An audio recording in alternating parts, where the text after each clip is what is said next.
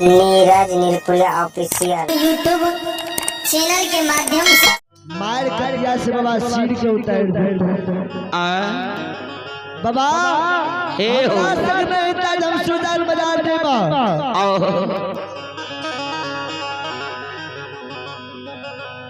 रंजित बालक के आवाज की धर्मराज बाबा बिपड़ा बड़ भरनूर में सुनत लगल के हो रंजित बाबू बाबू हो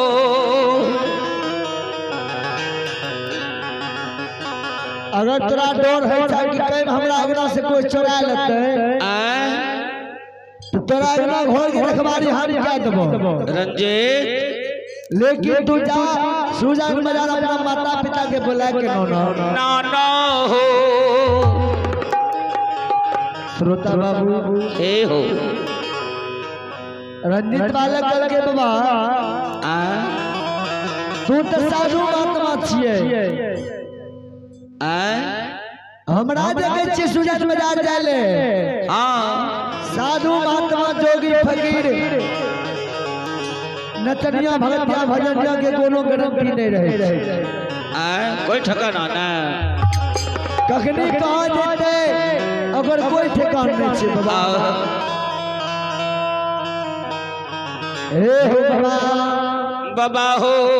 सांझ पड़ गए माता पिता हमारा आवे थे कुछ देर बिमो हमरा माता पिता से यहाँ से मुलाकात भाई भगवान के रंजित बाला अगर तोरी एक चोरी भा जेता ओकरा हम डबल पूरा देबा तोर काम के नहीं कमाई ले देबा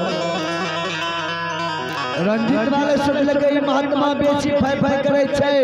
एकर हम परिचय लागे देबै छी मन में सोच लेलके हां रंजित वाले कल के हे हो महात्मा बाबा बाबा हो जो जो हमरा एक दिन के बदला डबल पूरे भो हां हमरा सपना में जो पूरा देबो तो जरूर हम सुजान बाजार के चल जेबो बाबा धर्मराज बाबा महावीर जी आपस में विचार कर कल के महावीर जी रंजित के मन के पूरा कर दियो जल्दी से रंजित वाले सुजान बाजार के चल लेते जय हो रंजित वाला एक दिन के उठबै छे भगवान डबल के पूरा दै छै माया के विस्तार कर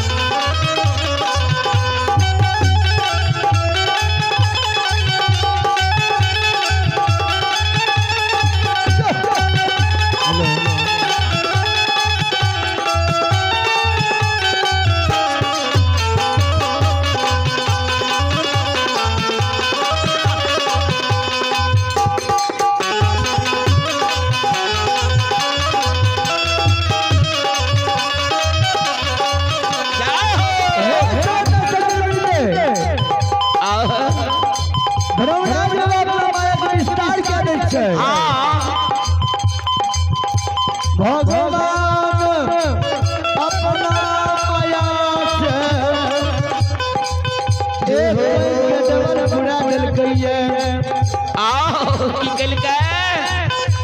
एक एगो से बात दूगो बना ले छै जय हो धर्मराज बाबा ए हो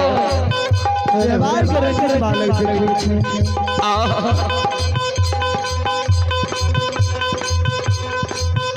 हे भगवान भगवान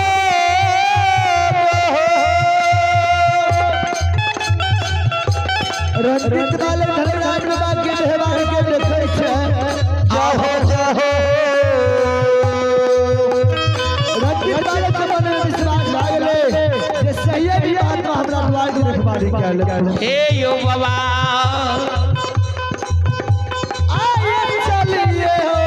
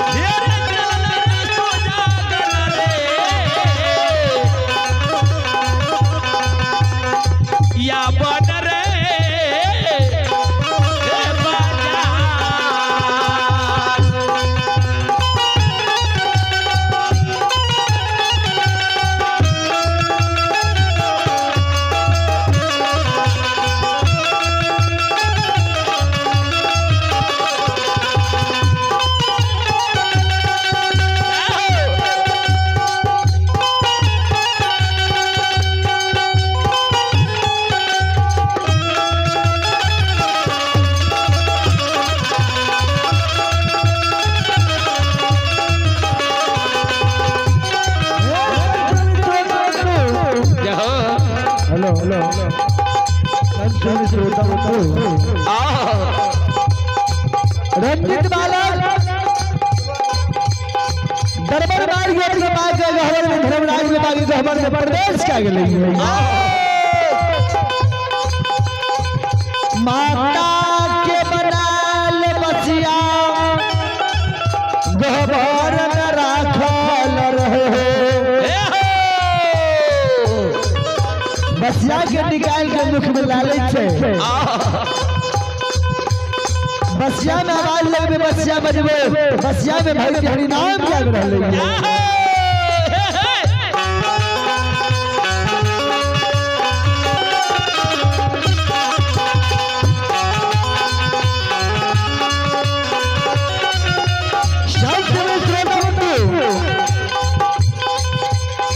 बसिया बजने दुलवा अल्लाह सुरन बजरिए